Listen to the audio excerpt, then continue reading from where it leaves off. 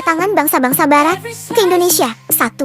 Latar belakang kedatangan bangsa Barat. Kedatangan bangsa Eropa ke Indonesia dilatar belakangi oleh A. Kekayaan alam Indonesia. B. Berkembangnya revolusi industri di Eropa. C. Adanya motivasi gold, glory, dan gospel oleh bangsa Eropa. Kedua, kedatangan bangsa-bangsa Barat ke Indonesia. Kedatangan bangsa Eropa ke Indonesia tidak dapat terlepas dari A. Keinginan untuk mencari pusat rempah-rempah. B. Berkembangnya teori heliocentris, di mana matahari sebagai pusat tata surya. C. Kemajuan ilmu dan teknologi dengan ditemukannya kompas dan transportasi laut. Adapun bangsa Eropa yang berlayar sampai ke Indonesia adalah Portugis, Spanyol, Belanda, dan Inggris. B. Kondisi masyarakat Indonesia pada masa penjajahan. 1. Pengaruh monopoli dalam perdagangan. Monopoli berasal dari dua kata, yaitu mono dan poli. Mono berarti satu atau tunggal, sedangkan poli berarti banyak.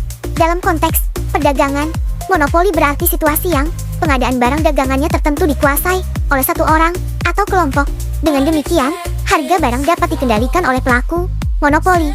Contoh pelaku monopoli perdagangan adalah VOC, Persekutuan Pedang Belanda. 2. Pengaruh kebijakan kerja paksa. Pada zaman penjajahan Belanda, rakyat Indonesia pernah mengalami kerja paksa yang dikenal dengan nama kerja rodi.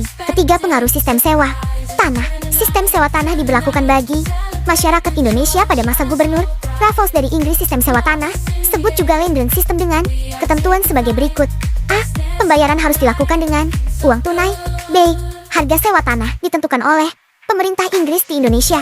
C. Petani harus menyewa tanah, padahal petani adalah pemilik tanah. Keempat, pengaruh sistem tanam paksa. Sistem tanam paksa dikenal dengan istilah cultuur stelsel.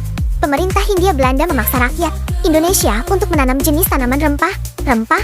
Kebijakan ini diberlakukan di Indonesia pada masa pemerintah Gubernur Jenderal Johannes van den Bosch. 5. Perlawanan terhadap kolonialisme dan imperialisme. Kedatangan bangsa Eropa ke Indonesia ternyata mengakibatkan penderitaan bagi masyarakat. Penderitaan ini terjadi di berbagai aspek kehidupan masyarakat sebagai reaksi dari penderitaan dan berbagai kebijakan yang merugikan masyarakat. Maka terjadilah perlawanan di berbagai daerah.